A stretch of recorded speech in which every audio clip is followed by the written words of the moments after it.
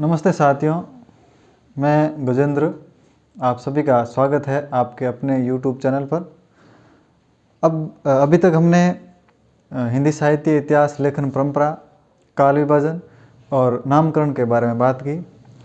सभी परीक्षाओं में इससे संबंधित प्रश्न पूछे जाते हैं और मुझे उम्मीद है जो मैंने कराया है इससे बाहर कुछ भी नहीं जाने वाला है।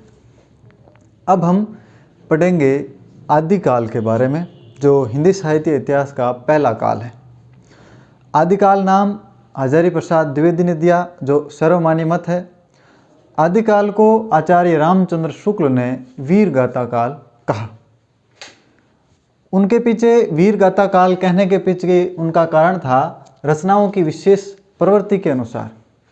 आदिकाल में जो राजा महाराजा, उनके जो कवि चारणों के आश्रयदाता राजा महाराजा थे, उनकी वीर गाथाओं के बारे में, उनके युद्ध, उनके कला कौशल, उनकी वीरता के बारे में जो रासो साहित्य वर्णित किया गया, उसके आधार पर ही आचार्य शुक्ल ने वीर गाथा काल कहा।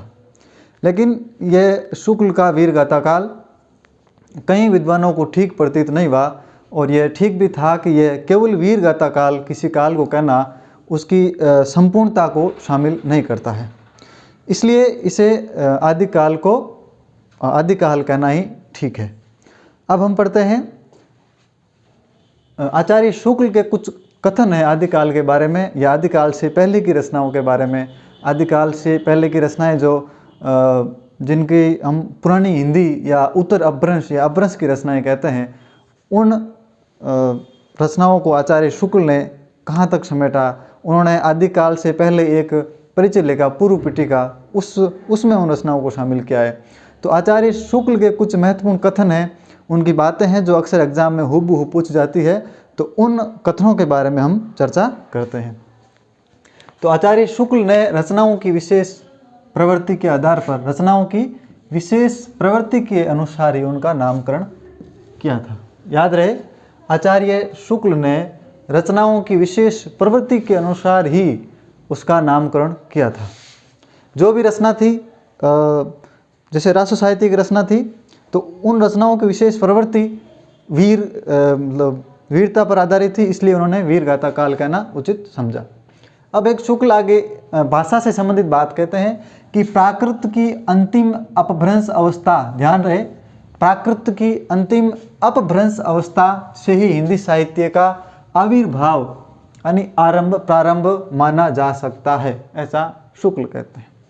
मैं आपको बता दूं कि प्राकृत की अंतिम अपभ्रंश अवस्था, अंतिम अवस्था अपभ्रंश थी, तो पहली और दूसरी कौन थी?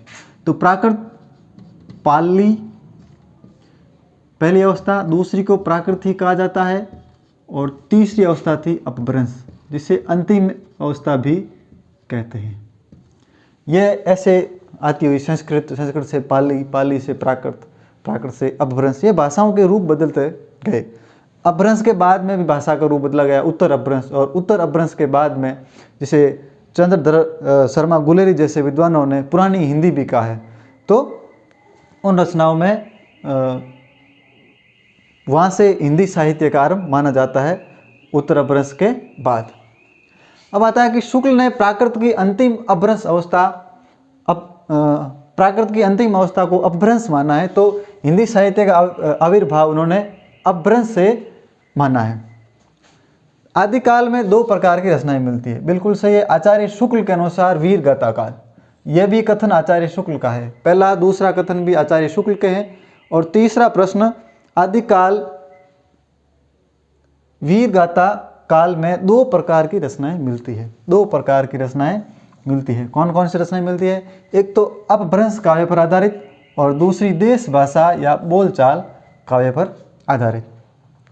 अपभ्रंश काव्य पर आधारित और दूसरी देश भाषा या बोलचाल काव्य पर आधारित। एक तो जो पहले से चली आ रही थी अपभ्रंश भाषा, उसके बाद में अपभ्रंश भाषा बोलचाल की भाषा हो गई। देश भाषा जिसे कहा गया आचार्य शुक्ल जिसे देश भाषा का, उनका मानना था कि आदिकाल में या वीर गाथा काल में दो प्रकार की रचनाएं मिलती है, अपभ्रंश की और देश भाषा या बोलचाल काव्य की। अब कुल 12 रचनाएं आचार्य शुक्ल ने मानी हैं। आचार्य शुक्ल ने कुल 12 रचनाओं का उल्लेख किया है, 4 रचनाएं अपभ्रंश काव्य की मानी है और 8 रचनाएं उन्होंने देश भाषा या बोलचाल की भाषा की मानी है। और इन्हीं रचनाओं के आधार पर आचार्य शुक्ल ने इस काल का नाम वीर गाथा काल रखा। तो आचार्य शुक्ल ने 12 रचनाएं मानी है। इन 12 रचनाओं में अपभ्रंश की 4 रचनाएं मानी है, जिनमें अपभ्रंश की 4 रचनाओं में विजयपाल रासो, हमीर रासो और 2 रचनाएं विद्यापति की कीर्ति लता और कीर्ति पताका।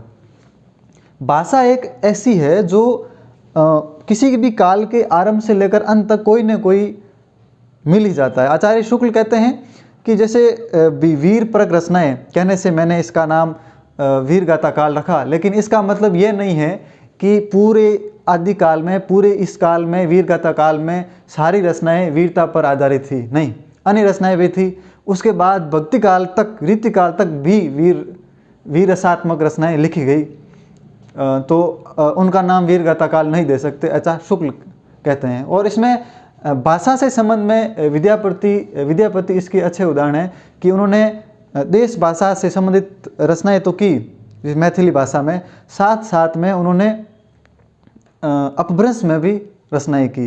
ये कीर्ति लता और कीर्ति पताका 2 इनकी अपभ्रंश से संबंधित रचनाएं हैं। विद्यापति खुद ने कहा है कि देसिल बैना सब जन मीटा ते तैसन जपो अवटा, यानी देसी भाषा तो सबको मीठी लगती है और मैंने इसके इतर अपभ्रंश जैसी भाषा का प्रयोग भी किया है। ये 4 रचनाएं अपभ्रंश की थी आचार्य शुक्ल ने, जिनके जो 12 रचनाएं मानी उनमें विजयपाल रासो, हमीर रासो, कीर्ति लता और कीर्ति पताका।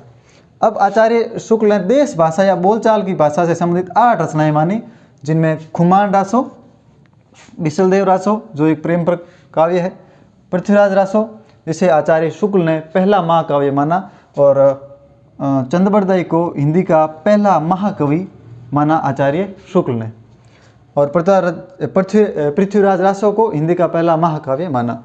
उसके बाद जय चंद प्रकाश, ठीक है, और इसी प्रकार के जय मयंक जस चंद्रिका, परमाल रासो वही है जो आलाखंड का मूल रूप है, परमाल रासो। और खुसरो की पहेलियाँ अमीर खुसरो की और विद्यापति की पदावली जो मैथिली भाषा में रची, ये देश भाषा की 8 रचनाएं हैं। तो इन्हीं रचनाओं के आधार पर आचार्य शुक्ल ने इसका नामकरण वीर गाथा काल रखा। तो आचार्य शुक्ल की इन रचनाओं के बारे में आगे उनकी लाइन है कि इन्हीं 12 पुस्तकों के आधार पर नामकरण वीर गाथा काल करते हुए इनमें से अंतिम दो को छोड़कर शेष सब वीर गाथात्मक ग्रंथ ही है। तो आचार्य शुक्ल इसमें कौन से अंतिम 2 ग्रंथ मानते हैं? तो अंतिम 2 ग्रंथ इसमें देश भाषा की रचनाओं से संबंधित जो अंतिम 2 ग्रंथ है, खुसरो की पहेलियाँ जो वीर गाथात्मक नहीं है, पहेलियाँ संबंधित है, और विद्यापति की पदावली यह भी वीर गाथात्मक नहीं है। शेष और एक बिसलदेव रासो जो अपभ्रंश में जो देश भाषा में संबंधित दूसरी रचना है, ठीक है। तो यह कथन हुबहू कहीं एग्जाम में आपको पूछा जा सकता है आने वाले दिनों में कि आरपीएससी हो या डीएसएसबी हो, कहीं भी नेट जेआरएफ जैसे एग्जाम में, कि अंतिम 2 रचनाओं को छोड़कर से सब ग्रंथ वीर गाथात्मक ही है। आचार्य शुक्ल के अनुसार वो अंतिम 2 रचनाएं कौन सी है? ये प्रश्न अच्छा बनता है, तो उसमें आपको ध्यान रखना चाहिए कि अंतिम 2 रचनाएं देश भाषा से संबंधित है, खुसरो की पहेलियाँ और विद्यापति की पदावली, ये अंतिम 2 रचनाएं मानी है इस आचार्य शुक्ल ने अपने कथन में। और यह भी पूछा जा सकता है कि शुक्ल की इन अंतिम 2 रचनाओं की भाषा क्या थी? देश भाषा या बोलचाल की भाषा शुक्ल ने मानी, ठीक है। यह आपको अच्छे से क्लियर होना हो जाना चाहिए कि इन्हीं 12 पुस्तकों के आधार पर नामकरण उन्होंने वीर गाथा काल किया। और आचार्य शुक्ल ने स्पष्ट लिखा है अपने ग्रंथ में कि इनमें से अंतिम 2 को छोड़कर शेष सब वीर गाथात्मक ही है। तो यह भी पूछा जा सकता है कि शेष सब वीर गाथात्मक कौन कौन से ग्रंथ हैं, तो यह भी आपको पता रहना चाहिए। और अंतिम 2 बिसल अपने ये खुसरो की पहेलियाँ और विद्यापति की पदावली, और एक अपनी बिसलदेव रासो, इनको छोड़कर से सब वीर गाथात्मक ग्रंथ ही है। इसमें अंतिम 2 तथा एक लाइन और जोड़ लीजिए, अंतिम 2 तथा बिसलदेव रासो, अंतिम 2 तथा बिसलदेव रासो को, ठीक है, अंतिम दो तथा विसलदेव रासो को छोड़कर, ये ऐसा लाइन है, अंतिम दो तथा विसलदेव रासो को छोड़कर से सब ग्रंथ वीर गाथात्मक ही है। आचार्य शुक्ल की 12 रचनाओं में जो 3 रचनाएं थी वो उन्होंने वीर गाथात्मक नहीं मानी है, खुसरो की पहेलियाँ, विद्यापति की पदावली और विसलदेव रासो। अब जो शुक्ल ने हिंदी साहित्य का समय माना है वो माना है कि हिंदी साहित्य का आदिकाल संवत 1050 से लेकर संवत 1375 तक, अर्थात इन्होंने कुछ राजाओं का काल दिया है। महाराजा भोज के समय से लेकर हमीरदेव के समय के कुछ पीछे तक माना जा सकता है, ये आदिकाल का समय शुक्ल ने माना। और आचार्य शुक्ल ने अपने ग्रंथ में ऐसा भी लिखा है कि आचार्य कवि मुंज को भाई इस हिंदी का पहला कवि माना जा सकता है। कवि मुंज को उन्होंने ऐसी संभावना व्यक्त की है कि कवि मुंज हिंदी के पहले कवि हो सकते हैं, क्योंकि यहाँ महाराजा भोज के समय मुंज थे, ठीक है। तो हिंदी साहित्य का आदिकाल संवत 1050 से लेकर संवत 1375 तक, अर्थात महाराजा भोज के समय से लेकर महाराजा हमीरदेव के कुछ पीछे तक माना जा सकता है आदिकाल का समय, ठीक है। तो ये आचार्य शुक्ल की कुछ बातें थी। और तो हम आचार्य शुक्ल के कुछ कथन और पढ़ते हैं, जिसमें आचार्य शुक्ल ने अपभ्रंश नाम पहले कहाँ मिला ऐसा आचार्य शुक्ल ने बताया है। क्योंकि हम जो हिंदी साहित्य की शुरुआत हुई, जहाँ से हिंदी की शुरुआत हुई, उससे पहले अपभ्रंश भाषा ही प्रचलित थी, तो उस भाषा के बारे में पढ़ना जरूरी है। वैसे अलग से अपभ्रंश साहित्य के बारे में पढ़ेंगे, लेकिन यहाँ थोड़ा परिचय करते हैं। तो आचार्य शुक्ल का यह कथन है, सीधा सीधा यह कथन देकर यह कथन किसका है ऐसा पूछा जाता है, ध्यान रखें।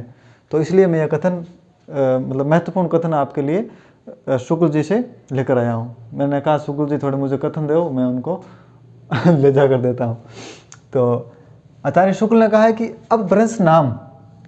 अपभ्रंश नाम पहले पहल वल्लभी के राजा धारसेन द्वितीय के शिलालेख में मिलता है, जिसमें उसने अपने पिता गुहेसेन को 3 भाषाओं का कवि कहा, संस्कृत, प्राकृत और अपभ्रंश। ध्यान रहे, इन तीनों का कवि का। ये कथन आचार्य शुक्ल ने अपने ग्रंथ में लिखा है कि अपभ्रंश नाम पहले पहल कहाँ मिला, वल्लभी के राजा धारसेन द्वितीय के शिलालेख में मिला, ठीक है। उसका एक कोई शिलालेख खुदा हुआ था उसमें, जिसमें उसने अपने पिता का नाम था गुहेसेन, ठीक है, गुहेसेन, पिता गुहेसेन को संस्कृत, प्राकृत और अपभ्रंश इन तीनों का कवि का। याद रखें, तीनों भाषाओं के नाम याद रखें, इसमें पाली भाषा नहीं जोड़ दें। संस्कृत, प्राकृत और अपभ्रंश तीनों का कवि कहा। फिर शुक्ल जो है आदिकाल को अनिर्दिष्ट लोक प्रवृत्ति का युग कहते हैं। आदिकाल को अनिर्दिष्ट यानी जिसकी दिशा निर्दिष्ट नहीं है, जो निर्दिष्ट नहीं है, जो लोक की प्रवृत्ति निर्दिष्ट नहीं है, ऐसे ही अंधाधुंध में चली जा रही थी, तो अनिर्दिष्ट लोक प्रवृत्ति का युग कहा आदिकाल को आचार्य शुक्ल ने। यह प्रश्न कई बार एग्जाम में पूछा जा चुका है, इसलिए इम्पोर्टेंट भी है कि अनिर्दिष्ट लोक प्रवृत्ति का युग आदिकाल को किसने कहा, या आदिकाल को अनिर्दिष्ट लोक प्रवृत्ति का युग किसने कहा। तो इसका उत्तर होगा आचार्य शुक्ल।